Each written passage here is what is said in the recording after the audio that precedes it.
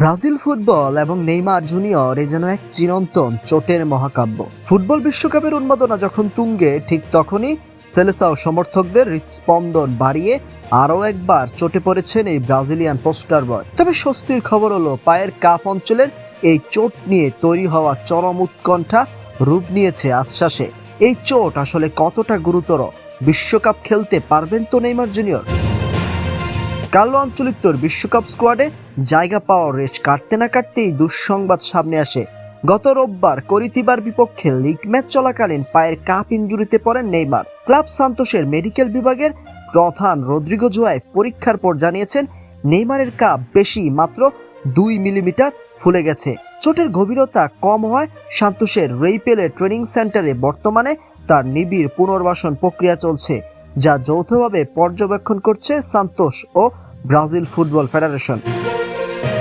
সান্তোসের medical প্রধান Rodrigo Zoeb জানান, নেইমারের ছোট একটা কাপ ইনজুরি আছে, তবে এটি বড় কোনো চিন্তার কারণ নয়। আমাদের সুনির্দিষ্ট পরিকল্পনা অনুযায়ী আগামী সপ্তাহে সে জাতীয় দলের ক্যাম্পে যোগ দিতে পারবে। এদিকে ব্রাজিলিয়ান ফুটবলারদের জন্য জাতীয় দলে যোগ দেওয়ার চূড়ান্ত সময়সীমা নির্ধারণ করা হয়েছে আগামী 27 মে। ক্লাব ও দেশের চিকিৎসকদের বিশ্বাস, এই নির্ধারিত সময়ের আগে শতভাগ ফিট হয়ে উঠবেন নেইমার। এই চোটের কারণে সান্তোসের হয়ে সান লরেঞ্জোর বিপক্ষে মাঠে নামা হয়নি তার। এমনকি আগামী 24 মে গ্রেমিওর বিপক্ষে লিগ ম্যাচটিতেও তাকে বিশ্রামে রাখা হয়েছে। মূলত বিশ্বকাপকে সামনে রেখে কোনো ধরনের ঝুঁকি না নিতেই এই সতর্কতা অবলম্বন করছে ক্লাব কর্তৃপক্ষ।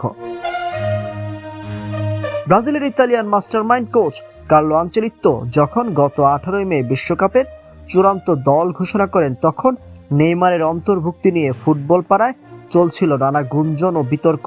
কিন্তু সব জল্পনা কল্পনাকে উড়িয়ে দিয়ে আঞ্চলিত্তো তার সেরা খেলোয়াড় হিসেবে নেইমারের উপরই ভরসা রাখেন।